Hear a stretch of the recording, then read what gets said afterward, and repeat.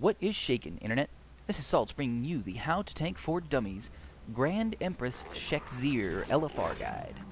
The Empress is the final boss of the Heart of Fear raid, and the last boss of the second half of NLFR, which is called the Nightmare of Shek'zeer.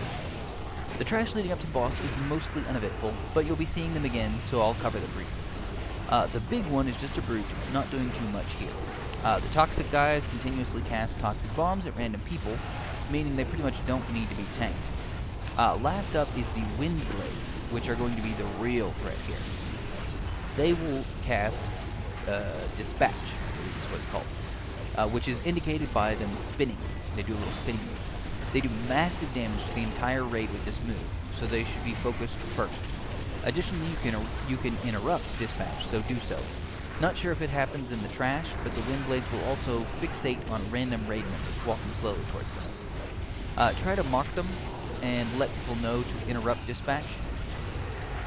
You can also interrupt the toxic bombs from the other ads, but it really doesn't matter. One last thing to note, these ads will appear again during the boss fight, and at that time, one of them does a cone attack in front of them. They don't do it during the trash, but they will do it during the boss fight, at least in LFR. Make sure to face all the ads you're tanking away from the raid for this cone attack. I honestly don't know if it's the big guy or the toxic bomb guys who do this big cone attack, but you should be able to face them away regardless.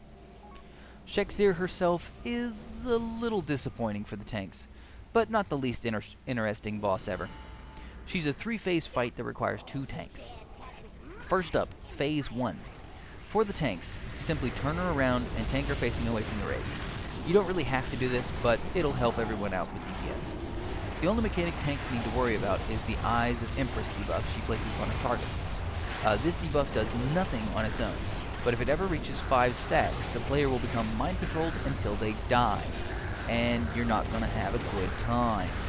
Generally, taunting at 3 stacks should be more than enough to give them time to fall off before switching back. So taunt whenever the other tank gets to 3 stacks. Here. The big mechanic for Phase 1 actually has nothing to do with the tanks, but I'll cover it here briefly because you do need to be aware. A little ways into the fight, the boss will spawn 2 dissonance fields. These are little fields out in the room that have a health pool, but they can't actually be damaged directly. Instead, they'll lose health over time. But what's important to you as a tank is that when they die, they explode, doing a huge chunk of damage to everyone in the raid, including you. You'll want to try and watch the health pools of these fields if you can, since you'll want to pop cooldowns when they're low to avoid or mitigate the damage spike that they have. One more thing about the fields, they actually lose health at the same rate, but there is a debuff called Cry of Terror that is placed on random raid members. If those raid members stand within a dissonance field, the field will actually lose health much more rapidly. This will kind of help out the raid, since the fields will be exploding separately, helping the healers catch up from one blast before moving on to the next one. Note that tanks shouldn't really ever get this debuff, so it doesn't matter to you, but I'm just explaining the mechanic in case you see 2 dissonance fields at different healths or whatever. Also note that anyone standing in these fields will have any healing absorbed on them, meaning that they will not be able to be healed at all while standing there. So if you're somehow in the field, don't stick around forever because you won't really heal. So that's Phase 1. Simply tank the boss facing away from the raid and taunt at 3 stacks. The phase will end after about a minute and a half or so, regardless of health or anything else you do. She'll cast a spell called Retreat and then disappear, while ads spawn on both sides of the room. These are identical to the trash packs that you faced before, so deal with them as such. Since you'll have 2 full packs, make sure to keep them faced away from the raid, and I like to bring them all together to AoE them down faster. This phase will end as soon as the ads are all dead, although I actually think it might end sooner if you take too long to kill the ads.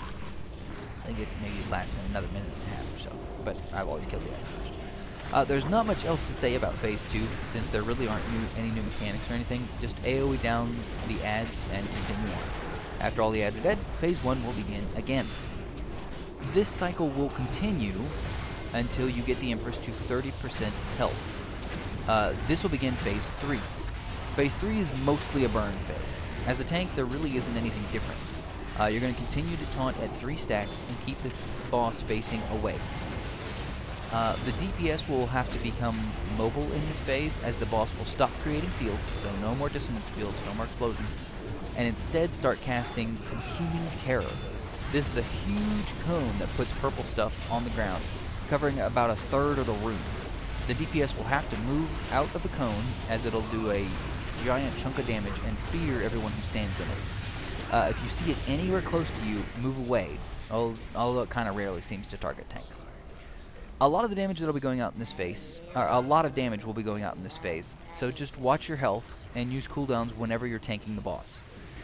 She has a number of abilities, but they really shouldn't affect you much, and I can't speak to which ones she doesn't really use here compared to normal, LFR versus normal. But yeah, basically it's just a tank and spank with an ad phase in the middle. Continue to taunt at 3 stacks throughout the entire fight, and just be sure not to stand in fields or purple stuff. There are several abilities that either don't happen in LFR, or just do so much less damage that they're completely trivialized.